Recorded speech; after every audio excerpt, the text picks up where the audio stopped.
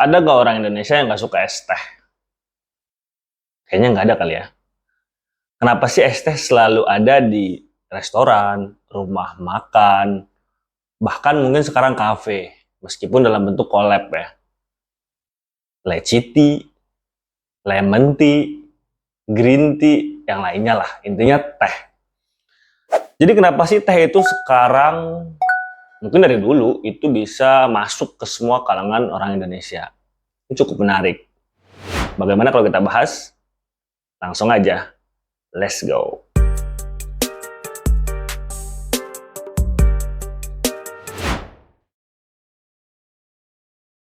Jadi, teh itu masuk ke Indonesia yaitu jenis Camellia sinensis. Dibawa dalam bentuk biji dari Jepang pada tahun 1684.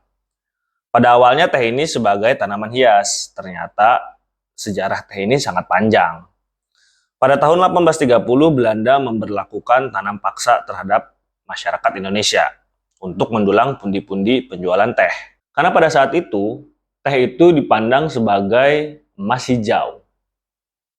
Secara ekonomi itu cukup tinggi, sehingga Belanda menerapkan tanam paksa terutama di Jawa kepada masyarakat Indonesia untuk menanam teh, dan mereka mengambil pundi-pundi keuntungan dari teh tersebut. Sejak saat itulah teh menjadi bagian dari masyarakat Indonesia. Seperti yang gue bilang, teh itu sudah menjadi bagian dari masyarakat Indonesia. Hampir semua orang Indonesia itu suka teh. Kalau bisa dibilang mungkin semua orang mengenal apa itu namanya teh. Kalau kita bicara tentang level marketing, di dunia marketing, teh itu udah bukan lagi levelnya awareness. Orang tuh bukan lagi sadar dengan es teh. Tapi mereka udah di level top of mind mungkin es teh itu. Minuman dingin, minuman manis, apa? Pasti top of mind-nya salah satunya adalah es teh. Sehingga es teh sudah menjadi bagian dari masyarakat Indonesia sampai dengan saat ini.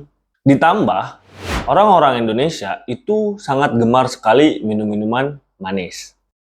Databox sendiri telah merilis bahwa pada tahun 2018 ada salah satu penelitian yang menyebutkan 61% orang Indonesia itu minum minuman manis lebih dari satu kali dalam satu hari. 61%. Nah, es teh itu adalah salah satu minuman manis yang cukup digemari. Karena teh bila dicampur gula itu tidak menghilangkan cita rasa tehnya itu sendiri. Justru malah bikin segar, terutama kalau diminum di siang hari bolong. Kalau kita minum es teh setelah makan, berarti bisa dibilang hampir mayoritas orang Indonesia itu dalam satu hari lebih dari 2 kali mungkin dalam minum es teh. Sehingga orang Indonesia mungkin bisa dibilang tidak bisa lepas dari yang namanya es teh. Kalau di dunia distribusi dan juga marketing, itu ada salah satu prinsip, yaitu adalah 4P, yaitu produk, price, place, dan juga promotion. Bagaimana caranya brand atau barang tersebut sampai ke tangan konsumen dan juga dinikmati oleh konsumen. Nah, kita telah dari sisi teh ini, atau es teh ini. Dari sisi produk, siapa yang tidak kenal dengan es teh? Siapa yang tidak kenal dengan teh? Orang Indonesia yang tadi gue sampaikan di awal, itu cukup kenal dan cukup sadar dengan es teh. Mempermudah barang itu bisa sampai ke konsumen atau end user.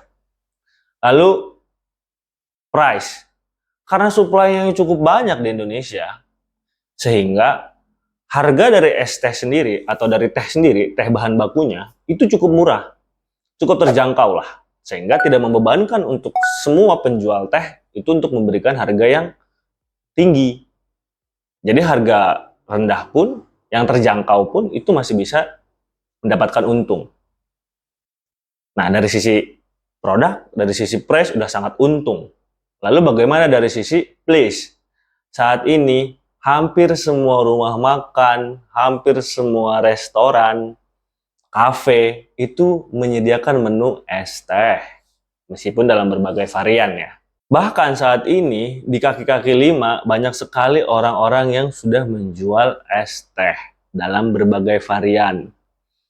Ada es teh yang menggunakan kemasan gelas, ada es teh yang menggunakan kemasan plastik. Karena kenapa? Karena banyak disukai oleh konsumen dan juga modalnya tidak terlalu tinggi.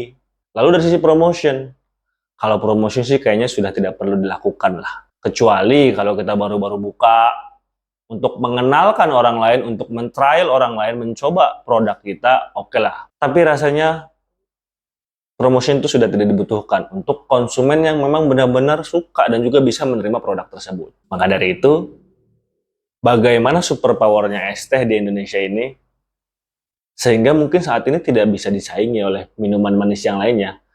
Minuman soda sudah mulai ditinggalkan. Minuman mineral, air mineral, itu sudah mulai banyak yang mengemari. Tapi es teh tidak bisa diganggu-gugat. Cuma sekali lagi, teh mungkin ada sisi positifnya untuk tubuh kita. Ada beberapa kandungan teh yang mungkin baik untuk tubuh kita. Cuma sayangnya kan saat ini di Indonesia, mungkin tehnya itu tidak terlalu banyak, tapi gulanya yang sangat banyak. Nah ini yang perlu menjadi perhatian. Bagaimana caranya kita bisa lebih aware. Meskipun kita senang, gemar dengan minum es teh, tetap kita harus melihat bahwa ada sisi kurang baiknya. Karena ya saat ini Indonesia sendiri untuk penyakit gula itu salah satu yang tertinggi di dunia. Ya mungkin salah satu kontribusinya adalah es teh. Di sini ya kita harus lebih aware. Kalau memang kita gemar ya mungkin kita tidak berlebihan. Tetap kembali lagi hal-hal yang berlebihan meskipun itu positif itu kurang baik. Segitu aja dari gua, kita bahas lagi di obrolan tongkrongan yang lainnya. Menu-menu sederhana yang unik yang mungkin perlu kita bahas dan gua ceritakan dan kalian mendengarkan. Dan jangan lupa subscribe, nyalain loncengnya, dan komen. Kita diskusi, siapa tahu ada hal-hal yang perlu kita diskusikan yang menurut kita seru dan juga menarik. See you!